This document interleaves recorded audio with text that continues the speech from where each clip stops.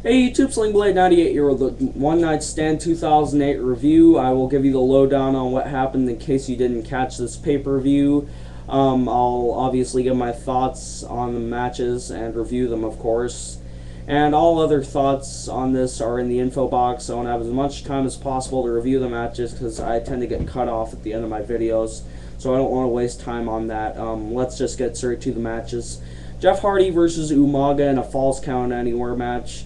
I'm going to give this 2.5 stars because, not to take anything away from it, but first off, Falls Count Anywhere, it's kind of in the name. It's going to be focused on crazy, like spots, bumps, like stiff moves, and fighting on the outside. With that being said, it's not destined to be a 5-star classic, but it was, however, destined to be an entertaining match, and it fulfilled that prophecy at least.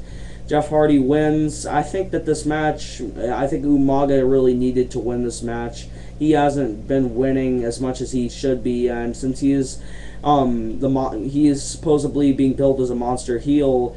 You know, a monster heel, they're billed as like unstoppable, and without wins to fuel that, it just kind of diminishes. And I think like Umaga probably should have won this, but I'm glad Jeff Hardy did. I think Umaga really needed this more than him, though. But since Jeff's on the push wagon, I think we all saw him winning this match. The other gripe I have with this is the fact that when he won via swanton off the parking lot production truck, we couldn't see him land. And I guess it is practical, like in this spot and in the one where he jumped off the scaffolding and landed on Randy Orton. I guess it's practical. They don't show the landing because there's padding to keep the guys from getting killed and breaking bones and stuff on impact. But it just does kind of take a little bit away from it if you can't see him land on the guy. I guess that's not really fair because they have a reason to do that and it's practical. I guess I'll compromise and I'll give this 2 3/4 stars because it was very enjoyable, but I still was annoyed by that. I would have given it 3 stars if it wasn't for, you know, the camera kind of cutting out on that a little bit. I guess we can leave that match with, you know, those thoughts and proceed to the next one. Big Show versus CM Punk, John Morrison, Chavo Guerrero, and Tommy Dreamer in a Singapore Cane match. I was mistaken when I thought this was going to be Singapore Cane on a pole, but there was actually quite a few of these in there, and a lot of them got broken. Brutal cane shots, and back to the like monster heel thing, but I guess Big Show's a monster face.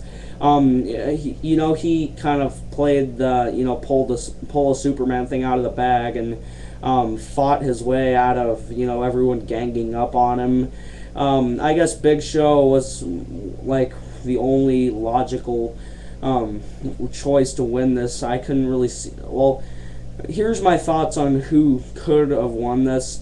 I'm just glad CM Punk or Chavo didn't win this because they've already done their thing with Kane. John Morrison, didn't see him having a chance in the Blue Hell to win this. So I thought it was between Big Show and Tommy, and after I established that, I knew it was going to be Big Show because at this point, Show is more over than Dreamer. Nice cane shot at the end. I'm glad they didn't have Punk get squashed and take the fall because as Money in the Bank, he has been doing that quite a lot lately. So he's going to go on and face Kane at Night of Champions. That's good. I really enjoyed this match. I'm going to give this 3 1/4 stars. On to the next one. I honestly, this match bored the fuck out of me. JBL versus John Cena in a First Blood match. These guys don't have much chemistry, and a First Blood match as the stipulation was not the best, you know, choice they could have chosen. I think that JBL honestly needed this to keep himself from being, you know, kind of tossed aside as an afterthought as a mid-card jobber, which after 3 straight pay-per-view losses, let's be honest, that's what he is. SDFU with a chain choke around his neck. Considering how fast he bled from that, he made himself really look like a pussy by, you know, making himself bleed that fast. He should have waited like a minute or so. STFU chain choke. I don't know. Cena's not that great with the STFU, not that great with submissions. Unlike the next winner of the match, which was Beth Phoenix versus next winner of the next match, Beth Phoenix versus Melina in an I Quit match. She won with her modified chicken wing, and apparently hell is frozen over because WWE for the first time in 2008 has put together a legitimate good women's match at a pay-per-view. I was worried when I saw this that it was going to be, a repeat of the pudding match fiasco, something, just to titillate, and, with eye candy wrestlers such as Maria or Kelly or Candice Michelle or something, but they actually put two of their talented divas in a legitimate match stipulation, and it turned out very good. Just because this is the best women's match in recent memory, at least in WWE, I'm going to give this 3 stars. Very, very good match. And they actually gave Beth the win, which it goes well with the monster heel thing. You see this popping up again. Very good match. I enjoyed that hold, and it made sense to have an end with a submission hold. Good. Next was Batista versus Shawn Michaels in a stretcher match. 3.5 stars. This really exceeded my expectations. I think that Jericho kind of coming out and that making absolutely no sense at all, that took away from it. I think this would have been 3 3/4 stars if it wasn't for Jericho's unnecessary and it's just a convoluted enigma as to why he would come in there and motivate Shawn Michaels when Shawn Michaels has kicked him in the face and deceived him the past few weeks. So that completely contradicts the storyline. Jericho took away from this match, but still a lot of brutal stuff. I know it seems like I'm bashing this to hell, but a lot of brutal stuff. 2 nice Batista bombs, and there was like a spine buster on the steel steps that looked painful. I hear though Batista is going to be taking a break, maybe taking some time off, so I think Shawn should have won this.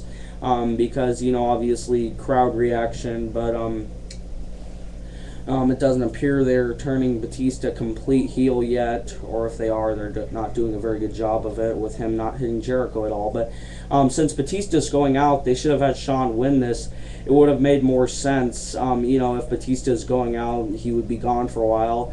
They could play it off and announce it on the TV show, or just not announce it. Just kind of play it off as if he's, recovering from injuries, because stretchers correlate to hospitals, which correlates to injury, or just like a broken ego or something. So I think Shawn should have won that, but nonetheless, very good 3.5 star match. Next, Triple H versus Randy Orton in the WWE Championship Last Man Standing match. Randy Orton broke his collarbone, so out of empathy for him and that injury, because I've broken my collarbone in my life too, I cannot honestly rate this match, because in wrestling, shit happens. Wrestlers get injured, suspended, sometimes they die, like with Benoit, or sometimes, they just mess up, or sometimes like a botch, something doesn't go wrong, injury. It's not always the company's fault when something doesn't go as planned. So in sympathy of, things going awry, and for Randy Orton's injury, I cannot honestly rate this. It would have been kind of a slightly switched around version of what we saw at No Mercy. So, just plug what you would give that match into this and probably divide it into half, because this was about 13 minutes long, about half the length of the last one. Next match was I have one last thing to say about the Last Man Standing match. They did a good job not just having this be ruled no contest. They had a stiff sledgehammer shot and played it off as if Orton was just selling any normal injuries, so I guess that was good. I commend him for continuing after that, and, they did a good job, I guess. Get well, Randy. On to the next match. Going fast here. Edge versus Undertaker, TLC match. Classic. I am very happy with this. 4.5 star match. Just, a plethora of crazy spots in here that I don't even want to ruin for you, because undoubtedly this was the thing that you should check out this pay-per-view for. If not anything else that I talked about in this pay-per-view, check out this match. I don't want to totally spoil it for you, but I actually knew 100% Edge was going to win, because I heard I have to really hurry this up here.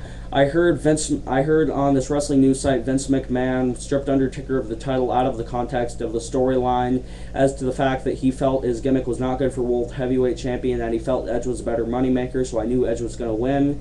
I will actually just post a comment with the rest of the stuff I have to say on this. 4.5 star match.